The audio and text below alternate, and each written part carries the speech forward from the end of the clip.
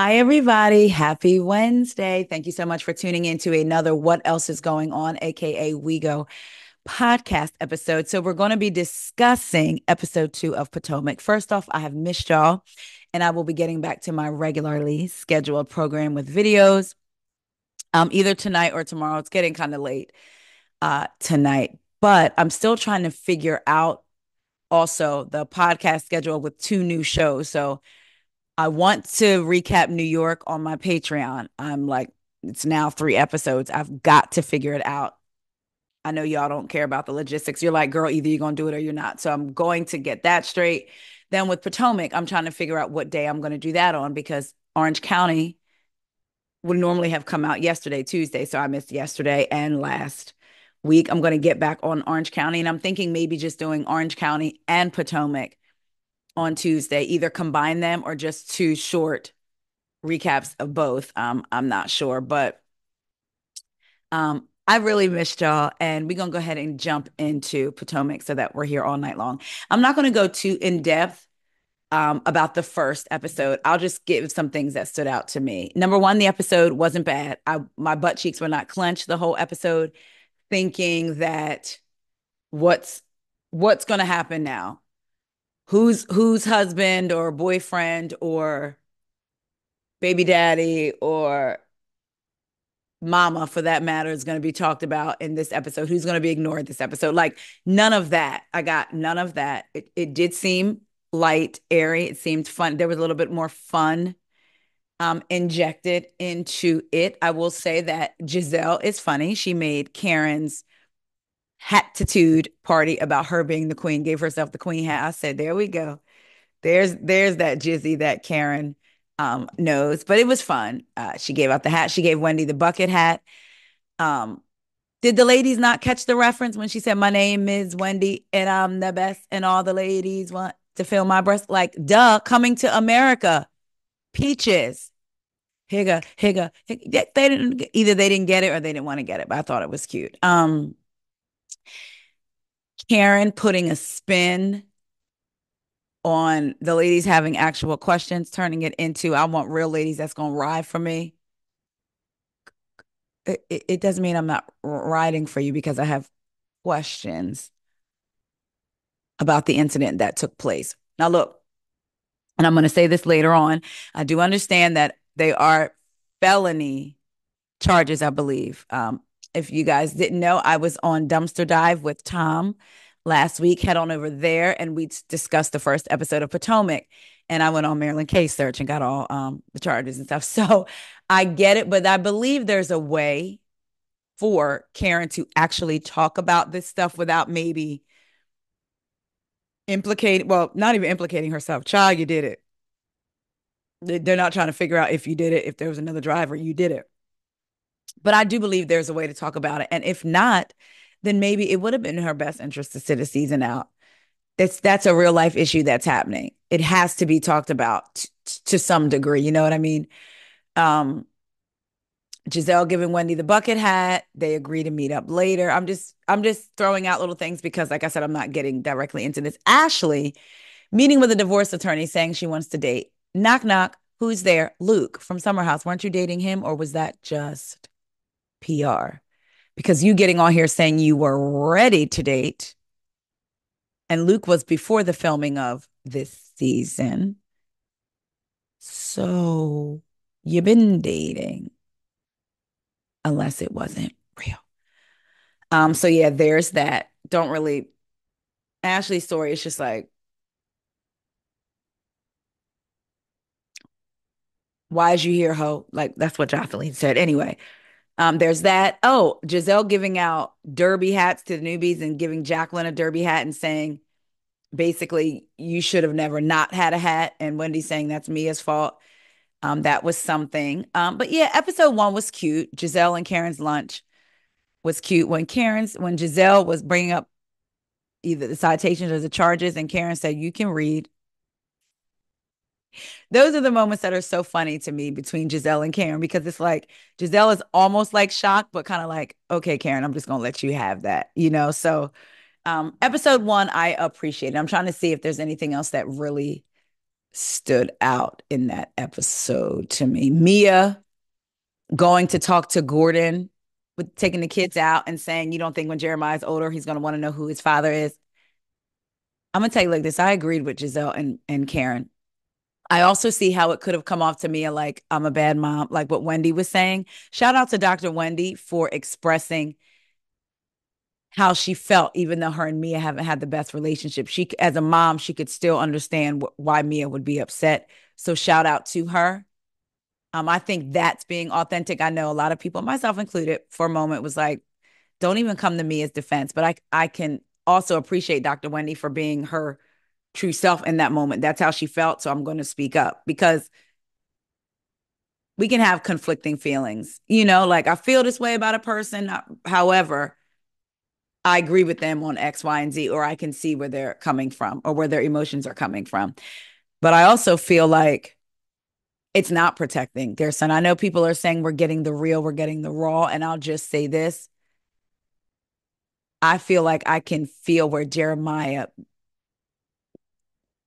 when he learns of this, which he probably already has because he is in school, and people know his mom is on the Real Housewives of Potomac and his father, um, my heart just feels for him knowing that people are talking about this.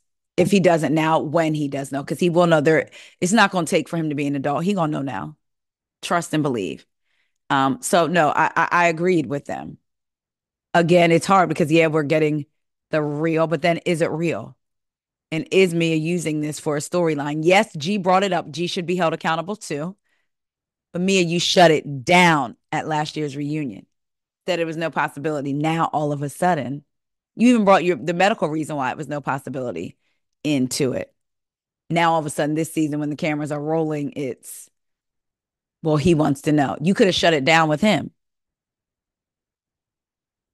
or you could have done it behind the scenes. It just gives me a feeling for Jeremiah, like a maternal feeling towards him. Like, wow, I just wow. So those are the things that stood out to me, episode 1. So let's jump into episode 2. So we pick up Mia still crying at the Hatitude party. We talked about Wendy getting the bucket hat. Wendy says, how it could have come off. And Giselle and Karen apologize to Mia. Giselle giving herself the queen hat. Wendy and Giselle say they're going to meet up the next day to discuss some things. Giselle extends that offer to Wendy. We leave the party. Karen takes her Beyonce inspired picture of herself with the pink on. There's that. Next, we go to the little, what I like to call interstitials. Ray's making Karen coffee. It's cold. She says, "You trying to kill me?" Mia with her kids. I was looking at Jeremiah and was like, oh boy, this conversation about Ink and Gordon. And just seeing his face is like, oh my gosh, I hope that his world doesn't become littered with the backlash or fallout from his mom's shenanigans on camera. It's my thoughts. Her kids are very cute, though. His kids are cute. Giselle and Wendy. So Giselle and Wendy meet. The first thing I noticed was Giselle saying, I'm not coming to the conversation with any isms or anything. As soon as she said, I noticed that right away. And I almost tweeted about it. Then I got busy, child. But yeah, I'm not coming to the conversation with any isms. I guess like colorism, because that was been the conversation surrounding Potomac. And maybe she just wanted um, Wendy to know, look, I'm not coming with anything. But if they didn't feel like you were that way, you probably wouldn't have had to say it. But also, hey, you know what? Say what you need to. If you felt like you wanted Wendy to know that, then you felt like you wanted Wendy to know that. But that did stick out to me. Not gonna lie. Like, okay. Um, they get into the conversation. She says what she doesn't like. First, they order the food. She says what she doesn't like about Wendy when they get into arguments. Wendy speaks down to people. Now, look, I will say this.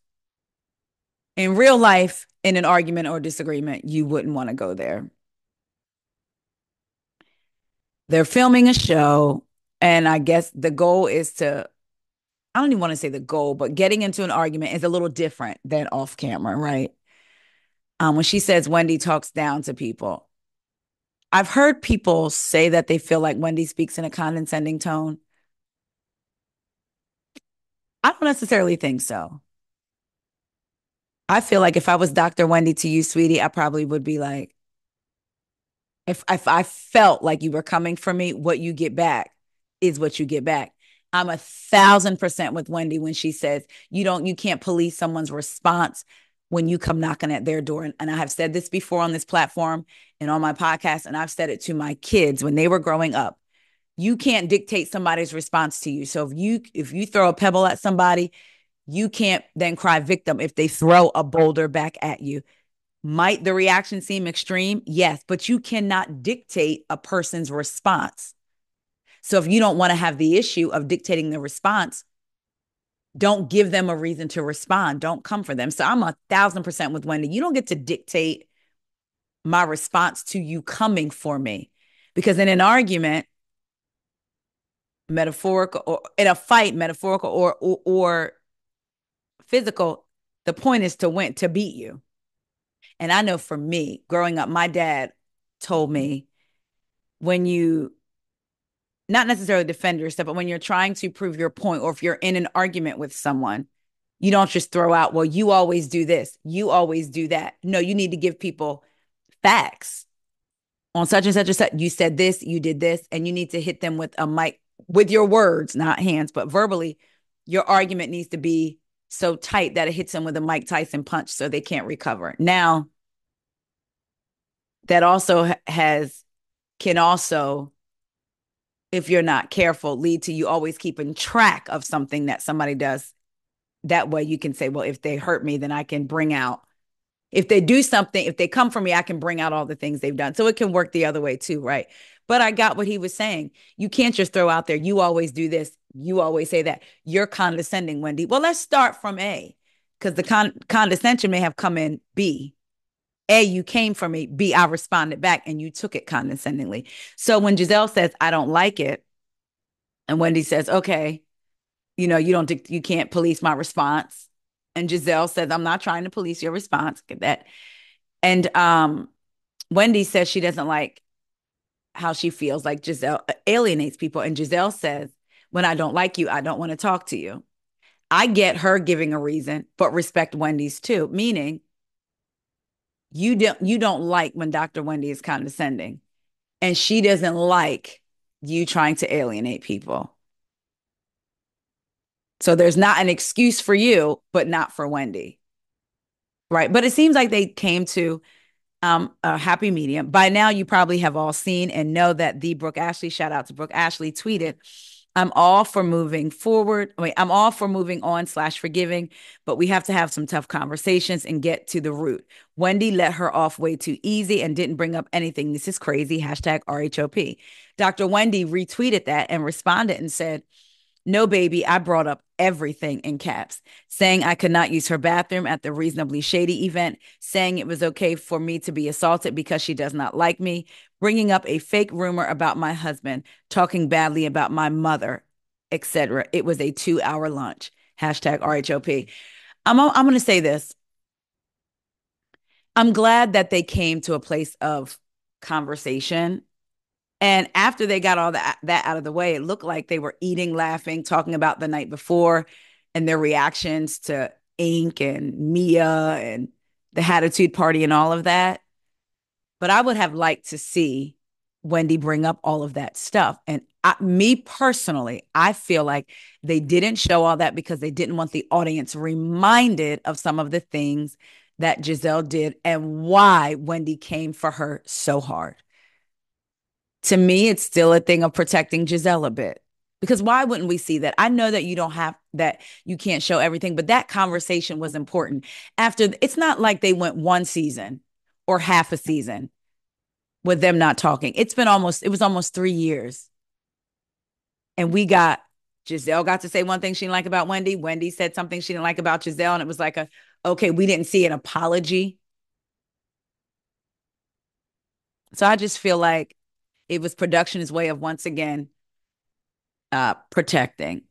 And that annoyed me. But again, I'll say this. I'm glad that they came to a place of agreement. Did y'all think the end of their conversation, they were like, did you in the beginning it was kind of stiff when Wendy arrived and Giselle was like, hold on, and Wendy's like, okay, and doing like powdering herself. But by the end, I felt like they were more relaxed, almost like a whether we're friends or not, we can move forward. Because Giselle was like, this is the best conversation with Wendy she's ever had, which is interesting because they were very friendly when Wendy started. Remember them going for that walk at Monique's lake house? Like they were very friendly. But yeah, I don't know. Y'all let me know what y'all think about the conversation. Okay, moving on. Stacy, I keep wanting to call that child. Oh, Stassi. Wait, it was funny though with Giselle and Wendy when Wendy was like, "Is that why Ink and Mia posed like that?" When Giselle had said that to Karen, so that was funny. Stassi and her daughter Arabella. So Stassi's at her home with her daughter Stassi. Lord, I keep wanting to say Stassi. Stacy's at her home with her daughter Arabella and the au pair, and Arabella's learning Spanish. Stassi is originally Stacy. My God, Father God in heaven, Stacy. You know what? I keep looking at Jossie's name, Jassy, and for some reason in my mind, it's connected to Stacy slash Stassi. I don't know why I keep calling that lady that. So I'm sorry, Stacy, if you ever see this. Stacy and her daughter. So Stacy lived in DC. Well, she's from Detroit, but she lived in DC. Um, moved to Philly because she worked for QVC, and she has a home in Germany. Her and her husband have been separated for over a year. She said they live as a family but sleep in separate bedrooms. Didn't Juan and Robin do that because they didn't want the boys to know that they were divorced? They didn't know. And didn't like Juan, y'all, hold on. Y'all, people are outside my house in an argument. Girl, I have never heard that here before. And it is way too close to my house, child. And Corey is on call. He had a call that he had to take. It got quiet. Y'all, I don't normally get scared, but it was a man raising his voice at a woman, and that just went through me. It seems like they're gone. Child, I don't know why that just went through me like made me scared for a minute. Whew, okay, so sorry about that, y'all. That was crazy. So um they're not telling Arabella about the divorce. And like I said, didn't Robin and Juan do that? And didn't like they set the alarm or something and Juan would be in the room when they got up in the morning. I know the boys didn't know about their divorce for a while. She did say they're not going to tell her about the divorce until final decisions are made. I get where she's going to, the custody, who she's going to live with, all of that. And I can see that from a perspective, like you coming to tell us a child like mommy and daddy are getting a divorce, they'll no longer be living together. The questions come, who am I going to live with? Who's how, all of that. So they want to have all of that already. They want to have an answer for her for all of that already. So I get that. Stacy has two homes, the family home and an apartment in DC. So when he's home, she goes and stays at the apartment in DC and like she's working. And when he travels, she's back in the home with Arabella. She says she knows her ex is seeing other people and she knows that he knows that she's seeing someone too, but they don't talk about those kinds of things. Stacy is so beautiful. Child, I love her with curly hair. Cause that one wig where you can see the front of her hair coming out and the wig is sitting back here. Potomac in these wigs, come on, y'all. Y'all are too beautiful. Do better. But I loved her and her curls. So next up, we get to Karen's house. Karen and Kay slash Kiana. Kiana is hands down gorgeous. Kay, your Kay Stewart Beauty, your spa is not too far from me. One of your locations in downtown Baltimore, and I'm gonna be coming to see you. It's funny, and I've said this before, but my oldest daughter, who's 27, one of her really good friends in high school, has always been into skincare, and she now works for Kay. I said, well, when you want somebody to work on you, you need a face or a subject. Call me, girl. I'm on my way. So Kay, I don't think Kay lives too far from me. Well, she may have moved. I know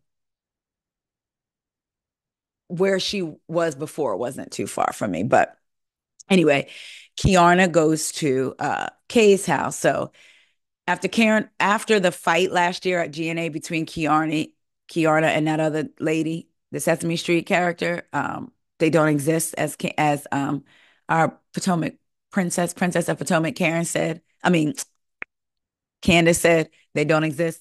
So after the fight between Kiarna and the girl, Deborah, Karen was very concerned about her, and they showed a flashback. And Karen's like, "Is she going to the hospital? I want to let her mom know what hospital she's at." She bonded, which is interesting. Karen gives off this motherly energy. We know that Kiarna is younger than Karen, and Karen also bonded like that with Candace because remember, Candace had her speak at her anniversary party. So Karen must give off that kind of energy to people. They pick up on that.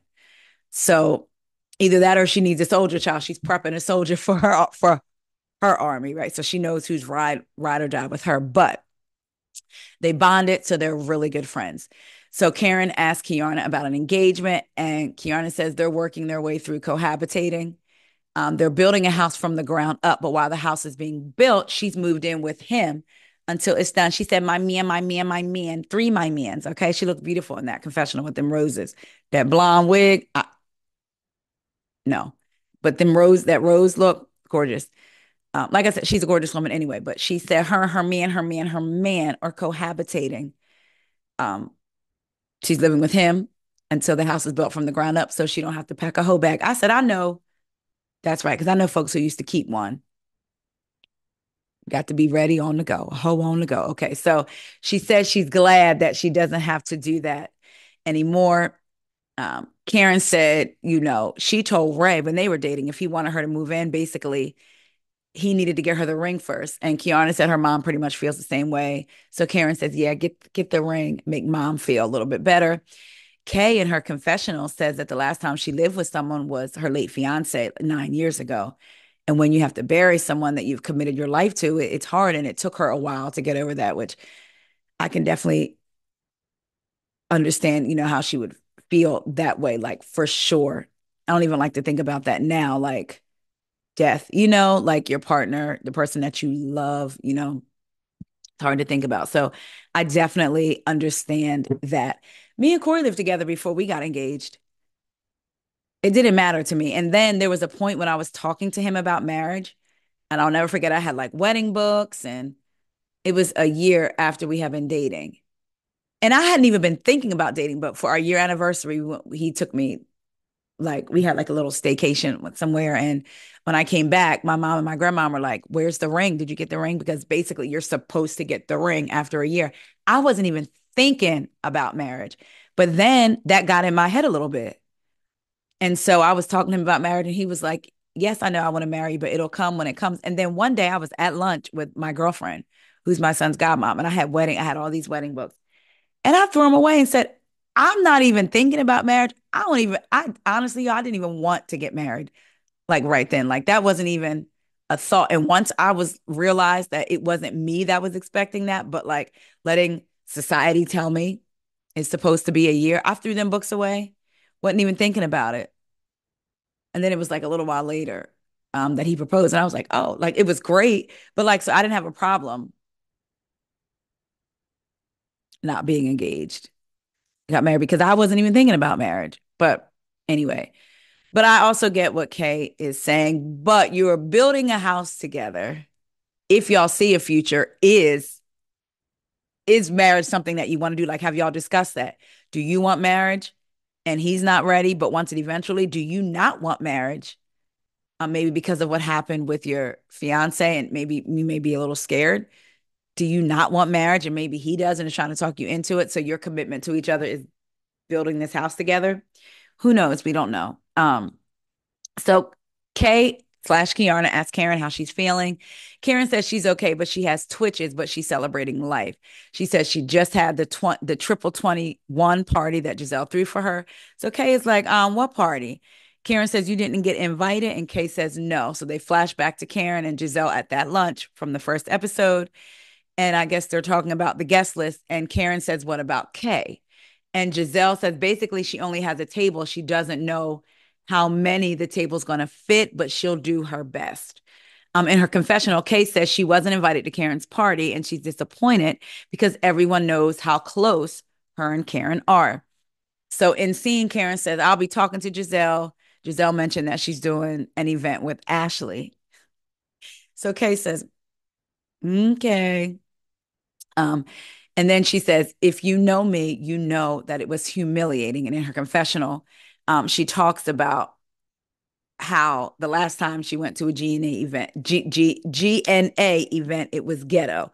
So if this is a GNA event, that's between Giselle and Ashley, and Kay doesn't actually need to be there again. So I'm good, thanks.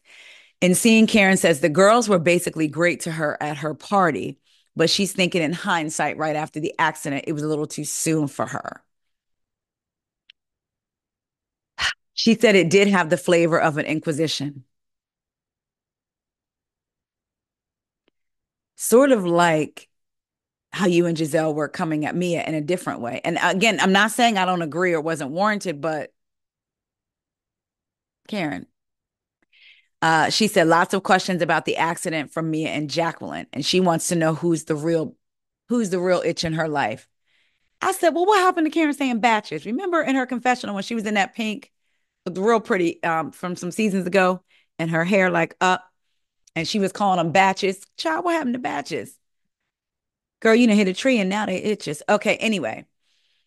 Karen said, and so is this going to be the moment that you F me over? Because if so, deuces. I said, Karen done learned another word because I think she said deuces more than once in these last two episodes. Ciao, Karen. Next up, we see Stacy and Ashley. So Ashley comes over to Stacy's house, and in her confessional, Ashley says she met Stacy at the Fox 5 studios. And basically, there are people, they have their news anchor voice. Some can turn it on and turn it off. Stacy can't turn hers off. But she said Stacy, which she does sound like an anchor slash QVC host. Because Stacy used to work at Fox 5. She said Stacy's been very sweet every time she's met her. So she asked Stacy as they're going for their walk, who cuts your grass? And Stacy doesn't know. Ashley says, I'll be out there cutting my grass.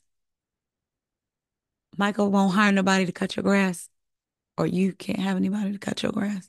But maybe she wants to. Maybe she takes pride in it. Some women say, hey, I can cut the grass.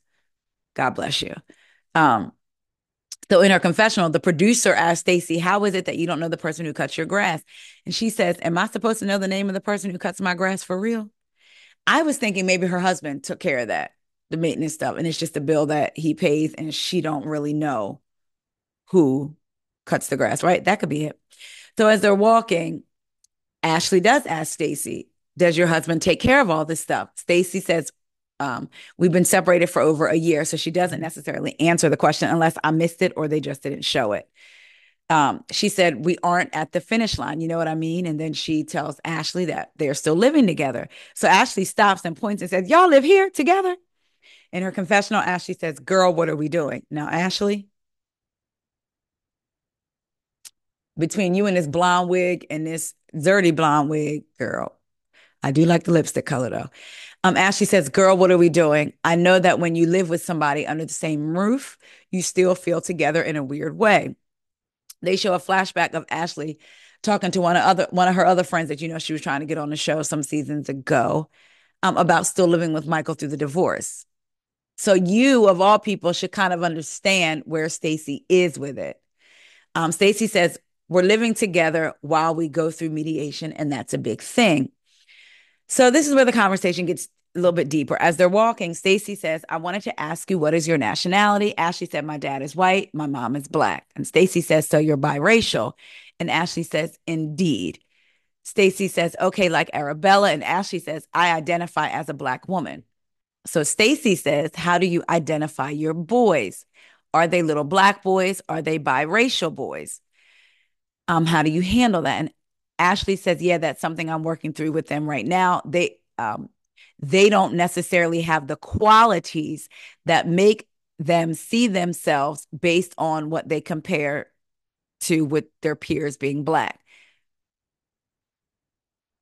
they're just not white. So Ashley's boys aren't just white passing, they're almost white presenting in a way. Well, would that be for them?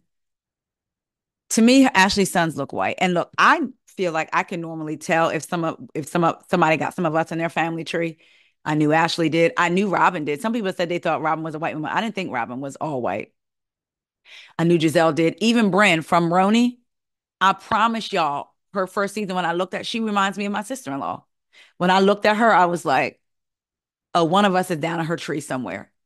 Shake that tree, and one of us is surely jumping out. And it's true. So, but Ashley's boys to me look white. They look like white boys. I mean, when you think about it, their dad is white, well, Australian, right? And Ashley is biracial. So they may have more white, the percentage of whiteness, well, that is high, right? But yeah, so I feel like Ashley was trying to say basically they're around peers that don't look white, but then at the same time, she said they don't really have as much exposure, unfortunately, except for my family, um, to more people of color. So it's a tough thing. We read books, it's a lot. Ashley says, as a biracial woman myself, growing up, I was privileged that I was raised around the black side of my family. And even though I'm lighter skinned than everyone else, I still related to an understood black woman. I mean, understood black woman. And for some reason, I thought back to that argument that her and Candace had on Twitter years ago, where everybody blamed Candace because they said Ashley was in labor. But really, Ashley had started tweeting about Candace and Chris first when she was in labor, and Candace responded, and Ashley had deleted her tweets. But in one of her tweets, Ashley talked about Candace's hair being like straw, and Candace was like, no, it's called natural hair. And then I remember Ashley did an interview years ago, like when Potomac first started, and she talked about, or it might have been in her blogs. Remember they used to write the blogs, and she talked about how wearing her hair straight for Michael and not in its natural state. I don't know why I just thought about that when she talked about identifying relating to being a black woman. But also, Ashley doesn't seem to date black men. But that doesn't mean she doesn't identify as being a black woman. I am not biracial. I can't speak to that. I can only go by what it looks like I'm seeing, because they're presenting a version of themselves. But I don't know. When I heard that, I just was kind of like, mm. But she said she's trying to make an effort reading the books to her boys. I do wonder, does Ashley not have other friends who have black children in their age group, or are there not play dates or play groups of African Americans in DC that she could maybe expose her boys to? Or is her only option to read books because Michael doesn't want that? I mean, let's be real. Stacey said that she is obviously black, but her family is in Detroit, so that limits the amount of black women she's around. That limits the amount of black women that Arabella's around.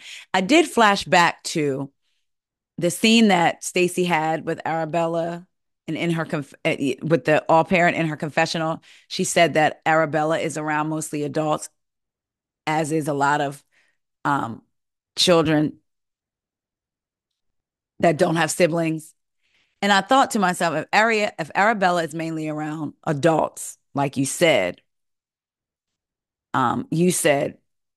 your family being in Detroit limits the amount of black women that Arabella is around. So do you not have a lot of black girlfriends then? If Arabella is with you or mainly around adults, do you not have a lot of black girlfriends that Arabella can see and is around? That was my first thought when she said it. Um, she said it's something that's on my mind a lot with my little girl. I don't know. And then that was in her confessional and scene. She says to Ashley, I don't know how your husband is being Australian, but Germans are very proud. So having a biracial daughter with a German man, there is so much that she's proud about Germany and her Oma and Opa and speaking the language. There's a part of me that wants her to have the same pride about being a black girl. In her confessional, Stacey said when she was a little girl growing up in Detroit, she was surrounded by all her cousins, went across the street to Penny to get her hair braided. And it's very clear that her daughter is not going to have the same childhood she had. She said, I want my daughter to know who she is. I don't want other people to tell her. Fair. She also said, Arabella, oh, yeah, I said that is always around adults. So, like, again, because this was in my notes. So, outside of the show, does Stacey not have a lot of black girlfriends? Ashley said, I get it. Listen, I also grew up My school was majority white. That was the school. But of course, then I lived on a where I lived, we had a long driveway. It was me, my parents, my brother, then my cousin, her brother, her dad, and then the house in the back was my aunt, my grandma, my dad's mom, my cousin. So while the school was majority white, outside of that, yes, I went over to friends' houses who were white or whatever, but outside of that, I had a black family, belonged to a black church, did black, activities that I did involve black people. So it wasn't just so like I was exposed to people that look like me in school, but I spent a lot of my time in school. So, kids spend majority when you think about how much time kids spend in school comparative to outside of school, it's a lot. So, but I'm glad that I had like I said, my black family being exposed to that. And I'm not biracial, but again, seeing other people that look like you is important. So, and I had my friends that were black from the church and from other different, places or whatever. So I just wonder, is Stacy's ex-husband's family here? Because if not, that means he is making sure that she stays connected to her German side. So it would be Stacy's responsibility to make sure that her daughter feels connected to her black side, which would then maybe in turn go out looking for groups that look like Stacy, right? Stacy tells Ashley about her boyfriend TJ. She says, I love someone because Ashley's like, so you've been separated for a year. And Stacy tells her about TJ. She said, I love someone. He's a devout Christian, but we're not intimate at all.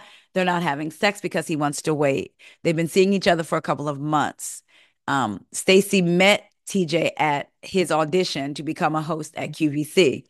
It was a genuine friendship. And then after about 6 months, they couldn't deny that they wanted to be a part of each other's lives. Ashley says, do you have heavy petting? And Stacy says, no, it's too tempting. So in her confessional, Ashley says, now you ain't had no dick, no new dick in 17 years, and you're not seizing the opportunity to ride on a pogo stick. I'll tell you one thing, it couldn't be me.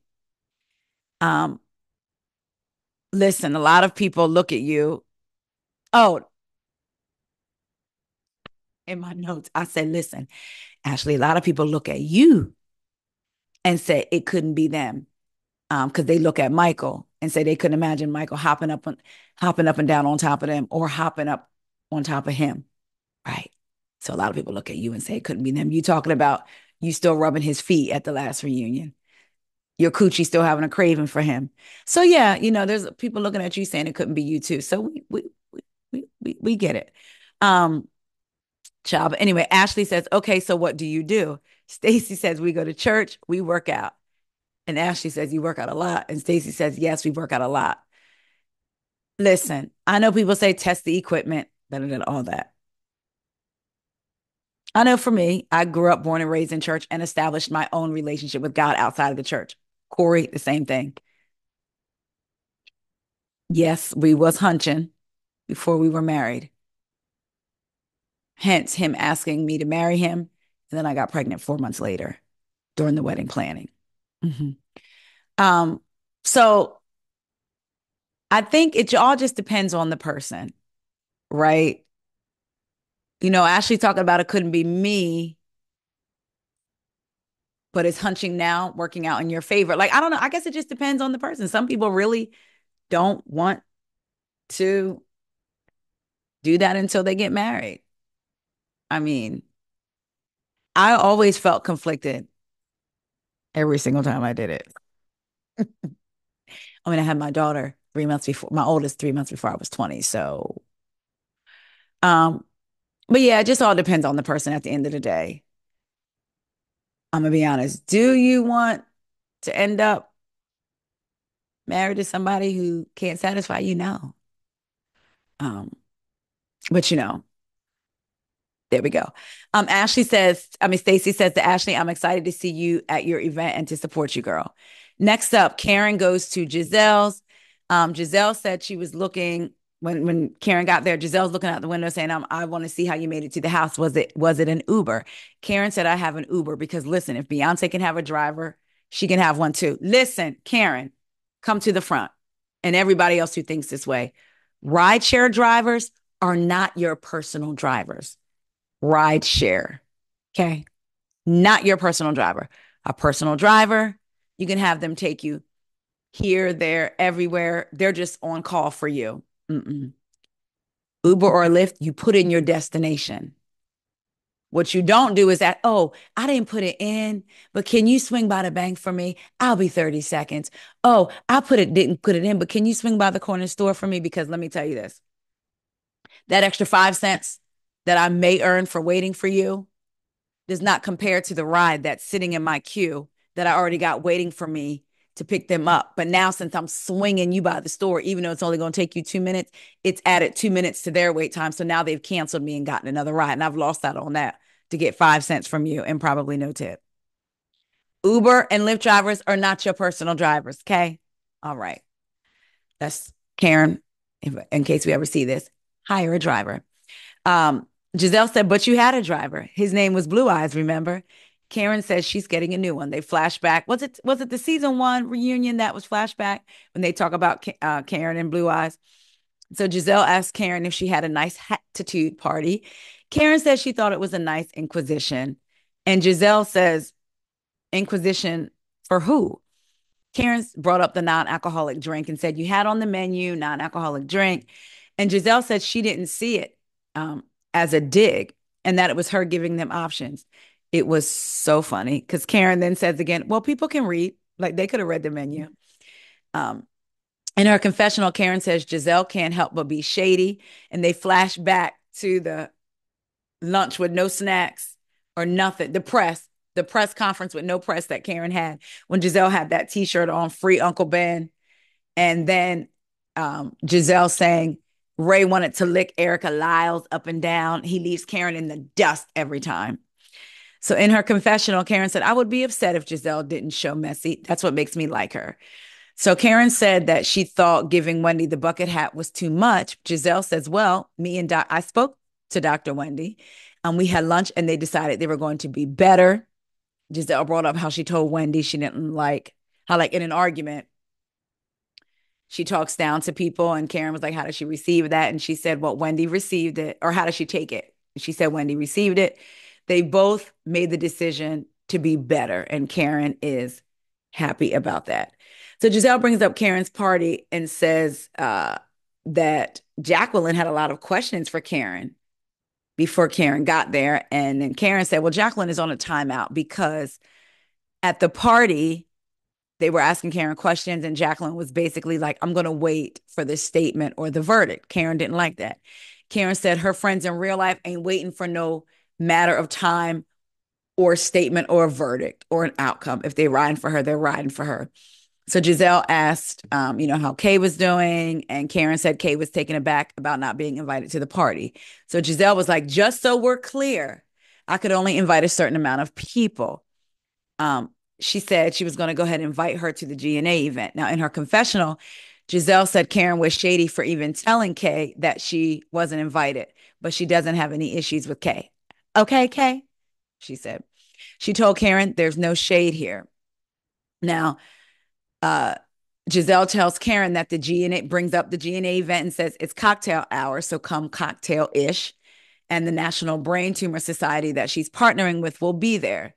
I really like that Giselle is doing that. I think it's a great thing.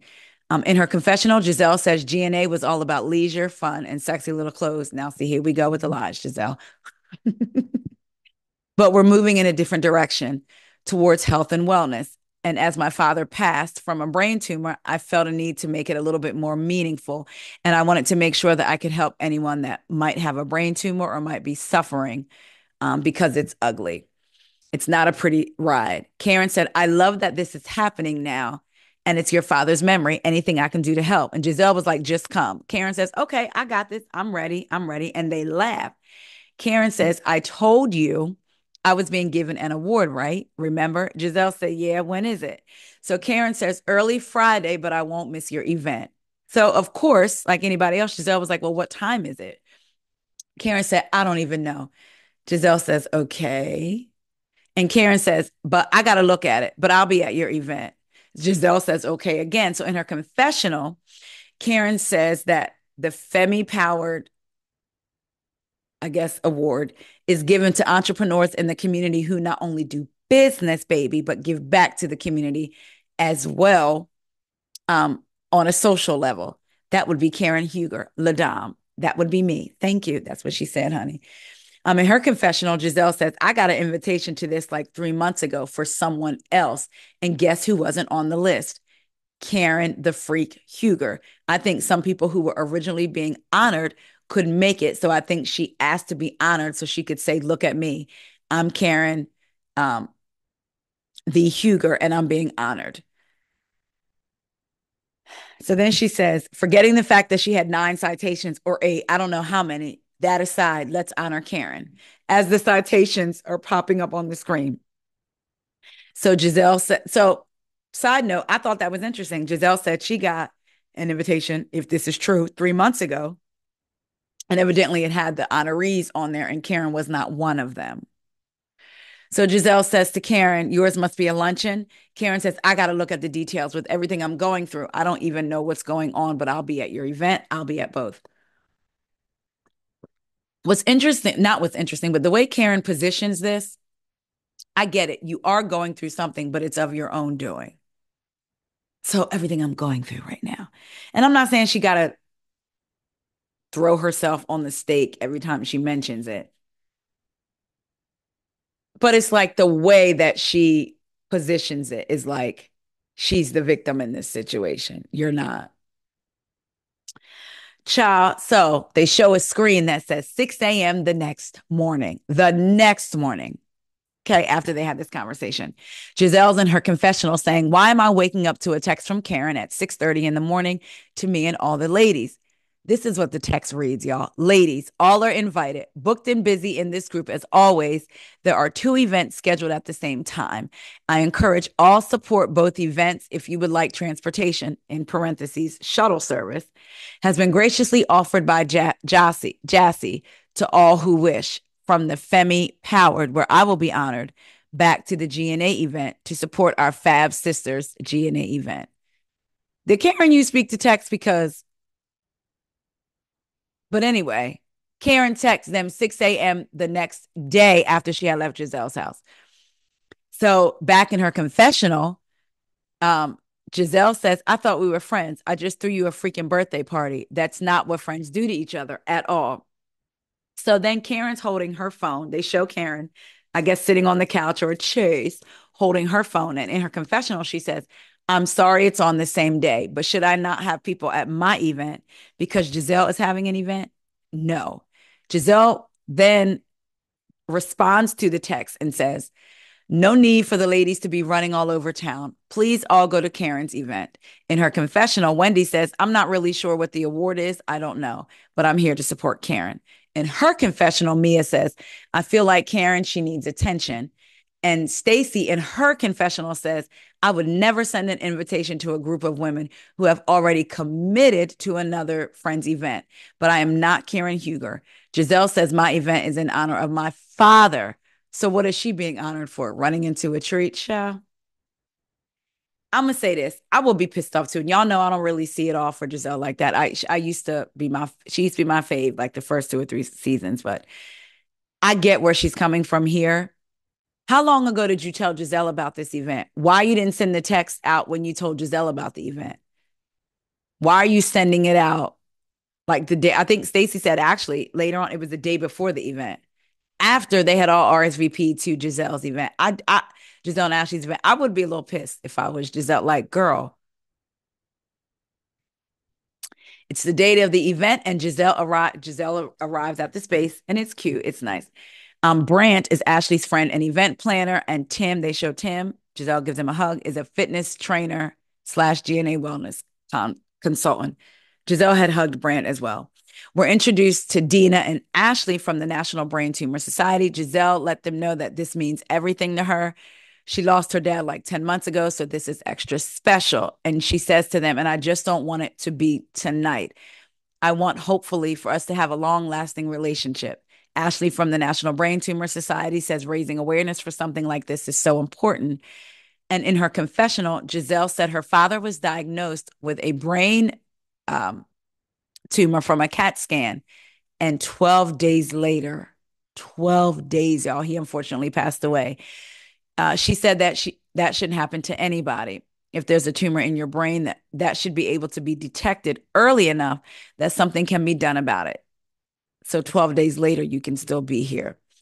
Ashley from the brain tumor event said, we're super excited to be here and we'll honor your dad's legacy in the process.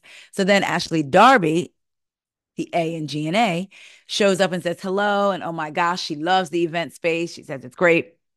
Giselle and Ashley sit down on the couch, and Giselle says, I don't know how you feel about this, but I don't want to see none of them hoes. I realized that Giselle's using the term hoes a lot. Remember when Candace used to use the term and didn't like it? But hey, you know, but listen, I can see why she feel the way she feel though. I have to be honest and keep it. I could see why she feels that way because I would be pissed off too. And I wouldn't want to see none of them hoes either. Um, so she says she don't want to see none of them. Like, we invited you guys last week. Everyone said they were coming. This is actually very important to us, and y'all treating us like we're doing a bar crawl. No. Ashley said, I agree, but I just don't know how to approach the situation. I mean, Karen knew about this award a long time ago. I'm sure this feels intentional. And Giselle said it does. In her confessional, Ashley says, considering the fact that Karen has been so vocal about relationships with parents, they show a flashback to the ladies in the Sprinter van and Karen talking about her still mourning the loss of her parents. Ashley says, I'm very surprised that Karen is not respecting the sanctity of this event for Giselle, knowing that it's in honor of her father. And seeing Giselle, wait a minute. Oh, and then Giselle says, I'm being nice to Karen in the scene. But then back in her confessional, Ashley says, why she of all people wouldn't respect that is beyond me. And honestly, it does make me look at her with quite a bit of side eye. So in scene, Giselle says, it's a no for me. Ashley says, I would like to play it a little by ear because I do think people are just trying to balance the line. Maybe they'll surprise us and come at 7:30. So Giselle says, okay, we'll see. So we see Wendy and Stacy walking up to a Sprinter van. Mia gets out and Jassy to greet them. Then we see Kay walk up and we see Fami, which is Jassy's driver, outside of the Sprinter.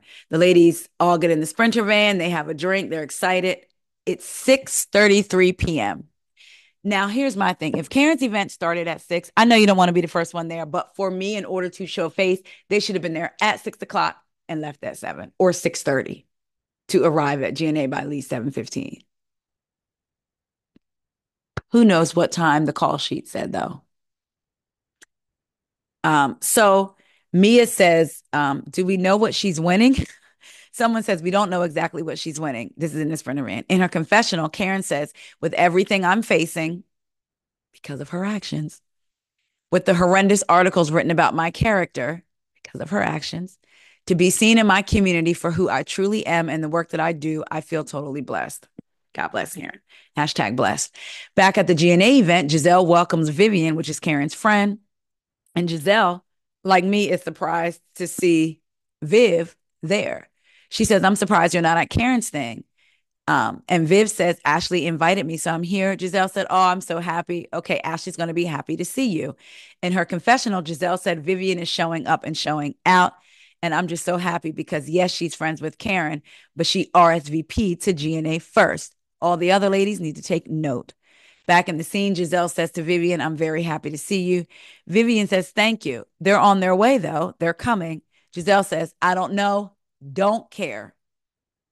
Back in the Sprinter van with Kay, Stacy, Wendy, Maya, and Jassy, Stacy says, can we just talk about the text message exchange for a minute? And the ladies are like, child, yes. Stacy says, in all transparency, I don't understand how we received an invitation at Karen's birthday. And then I got another invitation a day before the event that we had already said we were all coming to. In her confessional, Stacy says, even with the best intentions, I think Karen is really putting everyone in an uncomfortable position. But she did it, so here we are. Back at the GNA event, Jacqueline shows up. Child, Jacqueline is showing up. Jacqueline's hair looks good. And I'm saying that because a lot of the other ladies' hair, these wigs, oh, Dr. Wendy normally comes through with the looks too, with the wigs that are good. So Um, but yeah, Jacqueline shows up. Giselle greeted her with a hug.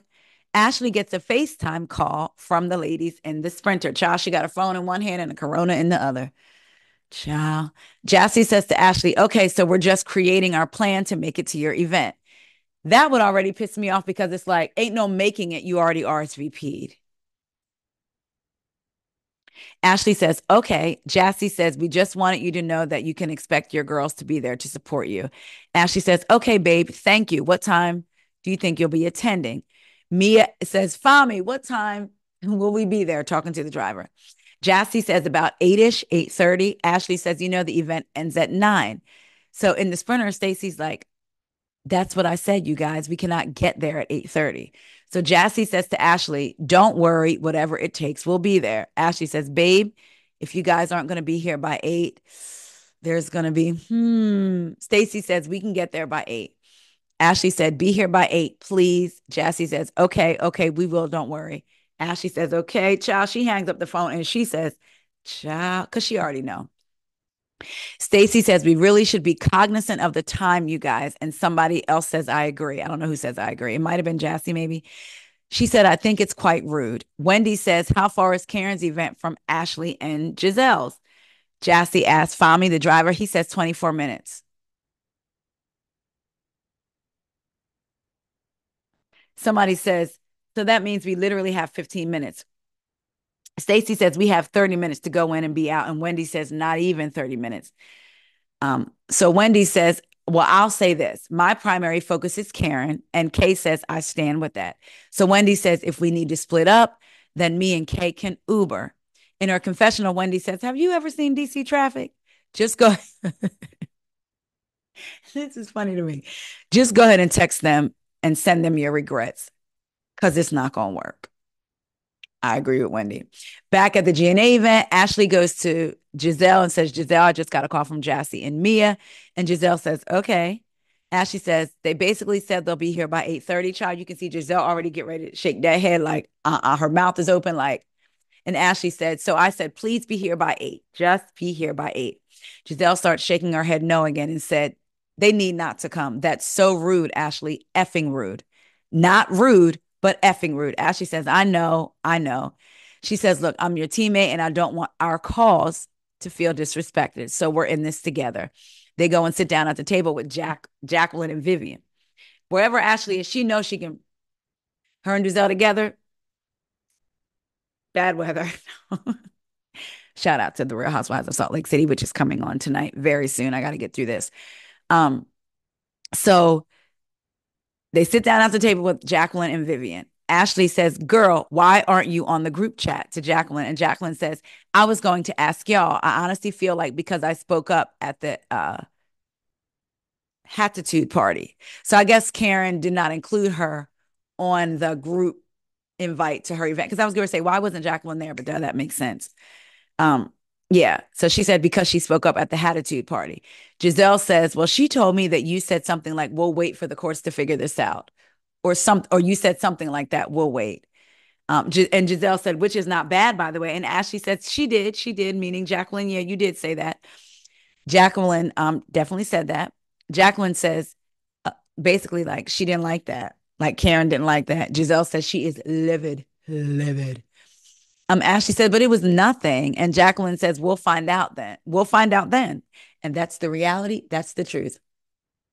Okay, Jackie. Okay. Child, the ladies get to Karen's event at 7:09 p.m.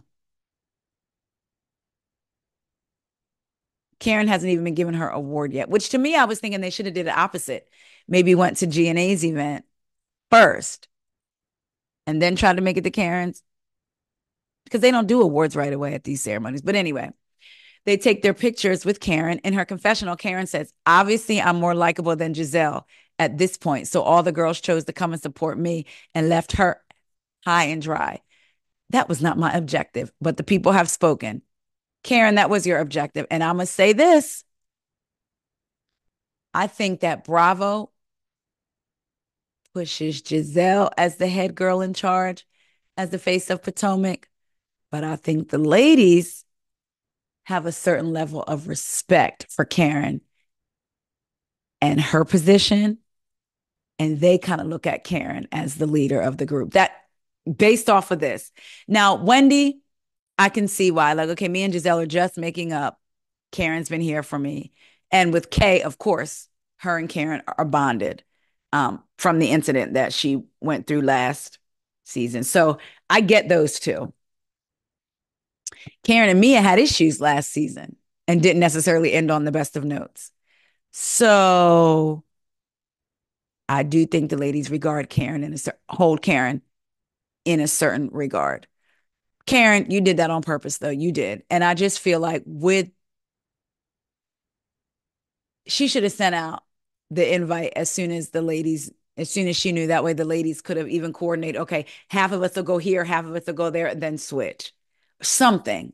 Because with it being in honor of her dad, I just put again, I don't necessarily see it for Giselle, if you will, but putting myself in her shoes, if that was my parent, I would be angry, and my anger would come from being hurt because this is important to me. Like, it ends at 9. So if you showed up at 8:30, like, and honestly, let's be clear, that the people here that I'm inviting want to see the cat, they want to see the other cast that might prompt them to give more, you just never know, right? That might prompt them to donate. So anyway, in the scene, Karen then she creates the grand dame moment, this motherly energy. She says to the ladies, you all must make it, because it was about empowering both hosts. Myself, I'm sorry. I said, you must make it, because it's about empowering both hosts, myself and them. So is there anything I need to know? Have you talked to Giselle? What's going on? You wanted them to tell you that Giselle was pissed because they were all at your event. Mia said, we talked to Ashley briefly, and Karen said, what was the temperature? And I'll keep wanting to say Maya. Mia said, she said, we have to be there by 8 o'clock or we're not getting in. And in her confessional, Kay says, first and foremost, I've been to a GNA event. So I'm staying right here now, watching Karen get her award. Sorry, not sorry. In her confessional, Wendy says, the whole purpose of going to Karen's award ceremony is to see her receive her award. And because I haven't seen her physically receive it, there's no point in me leaving yet. So all the ladies minus Wendy and Kay get back into the Sprinter van to try to make it to GNA by 8. Ashley and Giselle were back at the GNA event. Ashley and Giselle are up front. Ashley has the mic. They're thanking everyone for coming. She lets them know how much it means to them. It means a lot to Giselle and to her. Ashley said, we started GNA to be more, we started GNA last year as a leisure line. Stop saying that, because y'all had socks and a t-shirt or socks and a hat on the website. Anyway. And now, as we're branching into more holistic health, we want to expand GNA to be more inclusive of what's happening inside as well as outside. And all jokes aside, for real, if that's something that they're really, truly going to do with this brand and commit it to the brand, then I do think that's good. If they're really and truly going to do it. So then Giselle takes the mic and says, 10 months ago, my dad passed away from brain cancer, and GNA has partnered with the National Brain Tumor Society. Ashley from the Brain Tumor Society she takes the mic and asks people to please consider making a donation to the National Brain Tumor Society. We are confident that a cure is coming. And then she says to Ashley and Giselle, thank you for turning your passion into progress for this mission. I like that, passion into progress. Thank you for turning your passion into progress for this mission and for the brain tumor community at large. Ashley Darby then has a picture of the QR code, and Giselle says, y'all hit that QR code. Now, back in the Sprinter van, they asked Fahmy, Jossie asked Fahmy, what's the ETA? And they say it's 8 o'clock. So they're like, oh, good. We'll get there at 8. Somebody says, I feel bad that we're rolling up only 3 deep. What should we say? So Mia says, we shouldn't say anything. Just roll in there like, hey. And I get it too. Don't even just, hey, girl, we're here, blah, blah, blah, blah, blah. So in the event, someone asked Giselle for a quick picture. So she says, yes, you can get a picture with me. Oh, someone says, can I get a picture with you real quick? And she says, yes, you can get a picture with me real quick. Cha and the three ladies start walking in. Stacy, Jassy, and Mia. Child Giselle said, I'll be right back. Nope. No, no, no, nope. Get out. Get out. No, ladies, no. Mia, no. Giselle says the event is almost over. And one of them says, we came to support you. And Giselle was like, William, honey, she called security. What happened to security that she had in season 5? She don't use him no more. Shout out to him. Anyway, she calls William security and she says, bye bye. And we get it to be continued. I will say this because of the seriousness of the event, I understand that she didn't want them there. But doing that did create a scene. I get why she's pissed off. I would be too. Of course, it creates a scene. Is she doing that to create a scene for the show, even though you got these people here from the National Brain Tumor Society and you really don't necessarily want to create a scene, but you know you have to make good TV? Or is she really that angry that she's willing to cause the scene? You don't know with Giselle, right? Again, I get her. I'm not normally on Giselle's side, but I get her anger and I would be livid as well. You RSVP to us. You couldn't even come here first and leave early. I get that. But what do y'all think? Do y'all think that Giselle had every right to be mad, but she shouldn't have caused that scene? Um, Let me know. Let me know what y'all think. How did y'all enjoy this episode? I enjoyed the episode. The shade just back and forth between Karen and Giselle. Um, Wendy and Giselle seem like they feel like they can breathe now. I don't know about after this event situation. We get the to be continued. We did see on social media a clip for next week where they show like what happens, how they get kicked out of the event, and Ashley like runs behind them with the QR code, wanting donations. Girl, if you don't go. And then Jassy tells her, go home and go to sleep because she had bags. I said, under her eyes, I said, oh my gosh. So what did y'all think? Do y'all agree with Giselle? Or do you think Giselle had every right to be upset, but she shouldn't have went about it that way? Or would you have cussed them clean out? Don't even let them in the door, have security standing at the door. 8:01, and they pull up, don't let them in the door. Because I'm wondering if the ladies did pull up at 8, but then by the time you get out, situate yourself, look in the mirror at your face and walk in, it's 8:03. Because I think we find out next week that they got there at 8:03. Let me know what y'all think about the season so far. I know we're only 2 episodes in, but so far, how are you feeling? What feelings are you picking up on? Because sometimes we can get a sense of something. So let me know what y'all think. I love y'all so much. And I will be recording tomorrow for tonight's episode of Salt Lake City. That will be uploaded on Friday. Y'all, please make sure to like, comment, and subscribe. If you're subscribed to the audio version, wherever it is you find your podcast, please come on over and subscribe to the YouTube WeGo podcast, WEIGO podcast.